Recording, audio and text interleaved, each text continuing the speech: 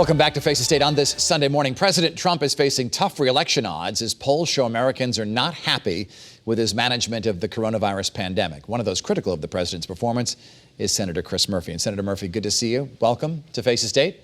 Thanks for having me. And we hope to have you in person as soon as it's safe to do so with the COVID-19 restrictions down the road. I want to ask you, first of all, and a lot of polls are coming out showing that Americans are dissatisfied with the way the president is handling the pandemic. What do you think? Well, people should be furious at how the president has effectively surrendered to the virus.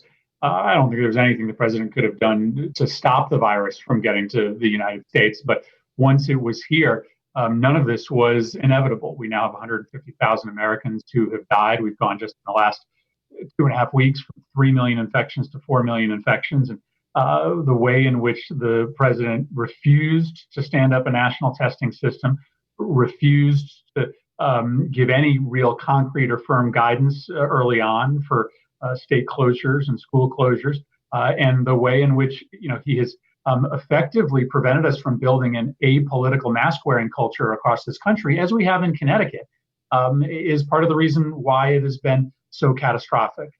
And so the president has a good deal, the lion's share of the blame for the situation that we are in today. We're going to try to pass this week another round of legislation in Congress that will seek to make up for some of these deficiencies. If you were president, what would you have done differently? Well, what I would have done is first taken this seriously from day one. I was begging this administration to ask for emergency legislation in early February, and they did not do that. We should have been in February appropriating money to stand up a national testing program, to hire people at the local and state level who could do that testing and then do the tracing and the quarantine. And then I would have made very clear, as soon as the scientists came to the conclusion that masks were and school and business closures were required to get this virus under control, it would have made very clear the national expectations that states follow those guidelines. The president, in fact, did the opposite. He was tweeting out for states like Michigan and Wisconsin to open up, praising governors who were disobeying the CDC guidelines in places like Texas and Florida. He has gotten us in this situation because of a failure to stand up a national testing system, his failure to lead on the question of mask wearing and school and business closures. Those are certainly at least a few things that had he acted differently early on, we wouldn't be in the situation we are. You're a parent. As you enter the fall, what are your concerns about sending your children back to school? Well, I mean, I want my kids to go back to school, and I get the sense that most parents in Connecticut want their kids to go back, but they want those schools to be safe. And in order for those schools to be safe, they need funding.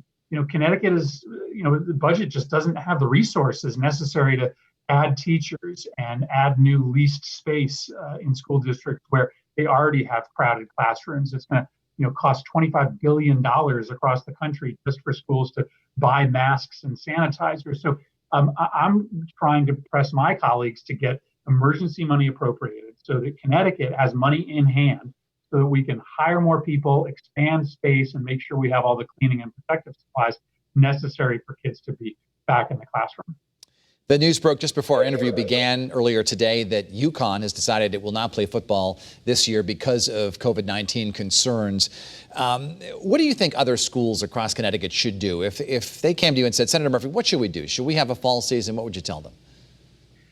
I would certainly err on the side of caution. I support UConn football's decision, and I frankly would be surprised if other programs didn't follow suit. You've seen some pretty big outbreaks in college football programs across the country already. Well, I love sports. I'm a huge sports fan. I don't want kids, especially kids who aren't professionals, who aren't getting paid to be infected needlessly. So, I haven't, sort of called for the suspension of the college football season, or the college sports season, but I think as it becomes clearer and clearer that we are not going to have this virus under control by September, schools should probably err on the side of caution. And that stinks for student athletes, especially seniors who, were ready to have a big fall season. But, we have to put the pandemic and fighting the virus first right now. Let's talk about the election. It is election 2020 this year. It's vastly different. The president has sort of talked about delaying the election, which he doesn't really have the power to do. He's also been very critical of mail-in ballots. What's your reaction to that? Well, it's very concerning because, first of all, there's no widespread problem with mail-in ballot fraud. There aren't vigilante gangs out there stealing ballots out of people's mailboxes. But what's interesting to me is that it's actually Republicans, by and large, across the country who cast mail-in ballots. Democrats tend to vote in person. And so you've had Republicans in places like Georgia and Florida begging the president to stop attacking absentee and mail-in ballots. And so the question is, why is he doing it? If it's actually going to hurt him electorally, why on earth is he telling people that you can't vote by absentee freely? And I think the reason is he is setting up a challenge to the election. He is getting ready to lose. And he is trying to create an argument that the election is illegitimate because it doesn't help him to tell Republican voters to not vote by absentee, because it's a lot of times Republican voters who do it more often than Democrats. Let's talk about Joe Biden's running mate pick, which could come at any day. It's expected to be next week. Do you have a belief in who you believe he will pick? No, I have no idea. I've talked to Senator Dodd a couple times about it, and he has not betrayed any confidences to me. Everybody on that list, I think, would be outstanding. I think this year, Dennis, the vice presidential pick just isn't going to matter that much. I mean, this is a referendum on Donald Trump. He is such a dominating personality in American politics that I think there's almost nobody who's going to be showing up to the polls and making their decision based on who Joe Biden picks for vice president. So he should just pick somebody that's ready to do the job, somebody that he has confidence in. I think let the rest of the chips fall where they may. Do you believe it's a slam dunk that Joe Biden will win? No, absolutely not. Because many of us thought it was a slam dunk that Hillary Clinton was going to win. And I also really worry about fraud. I mean, I really do worry about the Postal Service not delivering absentee ballots. I worry about what I see the Russians doing, the classified briefings that have told me that they are going to be a very active presence in this election, most likely on behalf of the president. So I don't think any election is over until it's over, but I also think there are outside forces and forces that the president can control that might not make this a fair election. You've debated many times in your career. There are some who say that Joe Biden should not debate President Trump. What do you think he should do?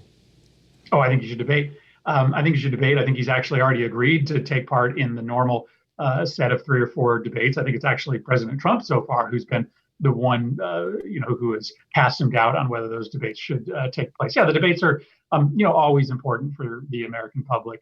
And I think side by side, Joe Biden's going to do very well against President Trump. I have a speculative question to ask you here, and you may or may not want to answer it, but I was talking to a Washington insider, a Washington operative in the Democratic Party, who said that you would be a strong candidate for Secretary of State should Joe Biden become president. Is that something that you would accept if offered to you? I doubt that offer will come my way. I mean, I'd listen to any offer from the president to serve the country, but I love this job. I really do. I mean, I know I made some of the lists of folks who were maybe thinking of running for president, and it was never really a thought in my mind, in part because this is the dream job, serving the entire state of Connecticut in the United States Senate.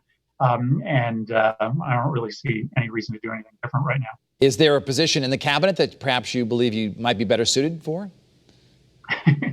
I'm just not thinking about it. I mean, boy, that's getting ahead of ourselves. I answered your question sincerely that I don't think the president's defeat is in hand. And so, I think ultimately the salvation of the country's democracy and the future of my state is dependent upon Joe Biden winning. So I'm just going to do everything that I can to make sure that that happens, to make sure that we elect Democrats in Connecticut to the state legislature, and then we'll figure out who does what afterwards. Senator Chris Murphy, we appreciate you joining us, and we hope to have you back in here in person as soon as we are able to do so in terms of COVID-19 coronavirus regulations here at WFSB. But enjoy the rest of your summer, Senator. Thank you. Thanks a lot, Dennis. And we thank you for sharing your Sunday with us. CBS Sunday Morning with Jane Pauley is coming up next. Our next news is tonight. Have a great